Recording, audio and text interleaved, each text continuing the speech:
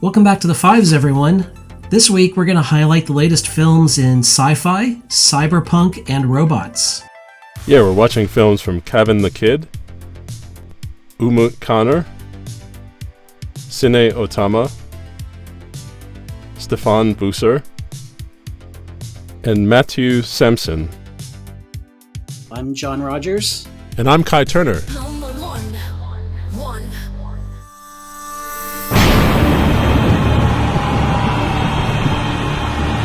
Our first film this week is Echo Hunter, A Memory Too Far, from LA-based filmmaker Kavan the Kid. This is the second film in the Echo Hunter series, and these have been extremely well received so far. Now, the Echo Hunter series is intended to be a really high bar of production. These are in partnerships with Kling and other of the AI companies. These are SAG-approved productions, meaning they're paying SAG wages and following SAG guidelines for the production. And so they're really meant to be a benchmark to evaluate and see how far it's come. And I think it really hits the mark here with just great storytelling, great production. This type of storytelling, this dystopian kind of world is probably not for everyone, but for those of us who are fans of this, it really hits home. And sadly, this film ends on a particularly sour note, so it kind of sets up the third film in the series, which hopefully goes in a different direction. Yeah, I watched the first Echo Hunter again just to remind myself if these were linked by characters as a sequel. But I think it's mostly linked by being the same story universe and the premise of these Echo Hunter bounty hunters, which feels a little bit Blade Runner inspired. And I really enjoy what Kavan is building here. Each film is pushing what can be done with action and dialogue, and the production quality is so high that even the first one still stands up. And I think he could finish 6 of these and really pitch them to a streamer as an anthology series. Number two.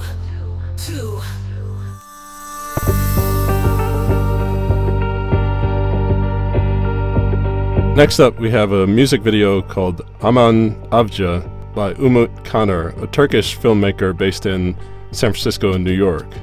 And this was inspired by a Turkish folk song remade as a dance track, which he has interpreted as a cyberpunk music video. And I think that's what's so exciting about the AI remix culture we live in now. I feel like we could really have a revival of music videos if artists embraced AI creators among their fans like this. And people talk about how in peak MTV times, Michael Jackson spent $10 million on special effects which are trivial with today's AI. We could be seeing a new golden age of creative music videos like this. What I really appreciate with this video is that they tapped into a source that I think is really underutilized, and that is local folklore, local legends, and storytelling. The world is so rich with those kinds of stories, and there's so few of them that have really ever gotten out and shared with others. And I would encourage a lot of filmmakers to really think about that. I mean, Irish, French, German, even kind of Native American. There's so many really rich stories, and I think it's really well done here and a lot to work with. Number three.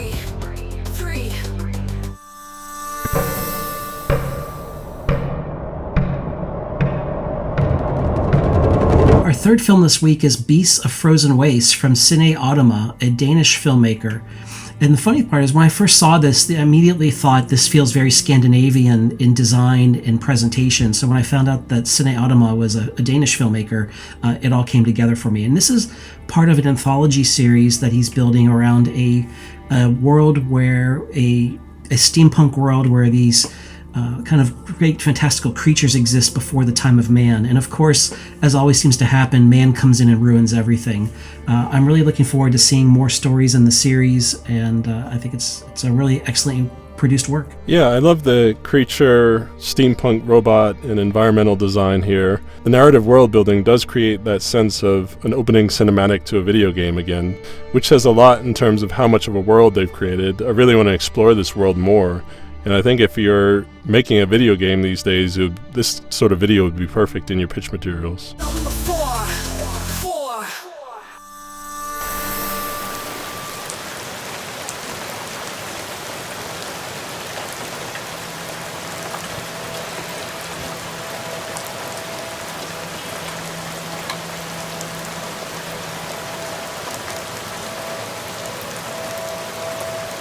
Next up, we have OG Prime by Steffan Busser.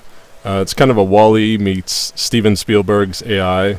It's the story of a war robot who is a hero in what they call the Great War, whatever that was. But these robots were discarded afterwards or seen as a threat afterwards, mirroring what we've seen happen to war veterans in our own world. He struggles to get money for charging his own batteries, and they're making an analogy between charging batteries and staying online, and so it's also a story about feeling obsolete or losing relevance in modern times, which I think is appropriate for how people are feeling about AI these days. Interesting to note that Steffan is a Tacoma-based filmmaker, and he's part of the Phantom X filmmaking collective. I think that'd be the best way to describe it, along with Kavan the Kid. And so they work together, but they also work separately. And OG Prime appears to be a story and a film that he's created separately from the collective. What I really want to focus on here, though, is the production design, the visual design. I think he's really hit it out of the park with this.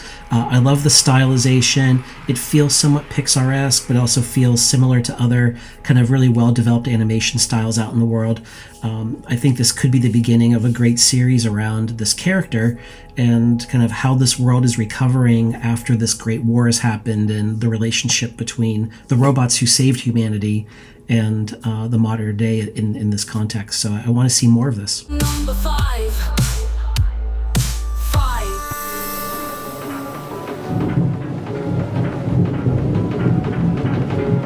Our final film this week is Katana, coming from Mathieu, Samson, a Portuguese filmmaker who also goes by Solo Films AI.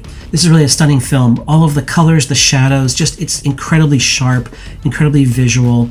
I love the story about using the katana really more as it's almost a MacGuffin in a way. The katana has a personality for sure, and there's an intelligence that we don't know yet about what its goal is, but it's also a MacGuffin in that these characters are using it and chasing it as it's taking advantage of each one of them. I think this is an interesting series that could be really beginning of a new series. Yeah, this film is about 5 or 6 months old now.